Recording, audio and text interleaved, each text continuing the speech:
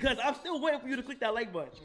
and to subscribe and the post notification button. Frieren might be the biggest fraud in anime right now, but the problem is, it's not necessarily its own fault, because Frieren might be the most recent example of a joke overstaying its welcome, because a while back, Frieren was sort of this different vibe, because anime had sort of entered this sort of vibe where a lot of anime were sort of power scaling and action filled. People wanted a new big story, something different, and during a time where Jujutsu Kaisen was supposed to dominate a season by itself, two anime popped up that gave it good competition. One is the Apothecary Diaries and the other is Frieren. And the thing about this situation is that Frieren was actually able to beat Jujutsu Kaisen based on Mel, and that's where the problem begins. Because the thing about Frieren is that it was totally different. It was an anime that was extremely focused towards emotions and understanding yourself and dealing with a character who really went through a lot of things, but specifically loss. And for a lot of people, they could identify with the journey, but also the fact that it also had this element of fantasy towards it that kind of gave it a really refreshing feeling that a lot of people liked. And well, weirdly enough, a lot of people kind of joined in to make this one of the best anime in terms of voting, and as such Frieren ended up being voted best anime ever. And the thing about this entire situation is that I feel like a lot of people thought that this was a cool moment until they realized that it was gonna last forever. Well, relatively, because the thing about that situation is that once Frieren became the greatest anime of all time in terms of Mel, things kind of got a little weird, because initially people kind of found it funny and kind of different that this anime that's not even done is the greatest anime of all time during that period. But then people started to notice that it would not shift down, and in fact it still maintained that spot for a long time. And this was met with a lot of weird situations, because ironically enough, in a lot of commercial situations, Frieren would lose to Jujutsu Kaisen, especially in terms of awards. But for a lot of people, it felt like a moral victory to say that artistically or within this website, it is better than Jujutsu Kaisen. Kind of sort of a purist sort of view against the commercial type of vibe, and that's how it was painted. But then the problem is that season 2 came out. In fact, it's airing right now, and for some reason Frieren is the greatest anime of all time again, which doesn't make sense because it's only dropped a couple of episodes, which kind of shows you the direction that a lot of things are going, because it kind of just shows that it's sort of this joke that just won't stop. But the difference is this season is being met with a lot of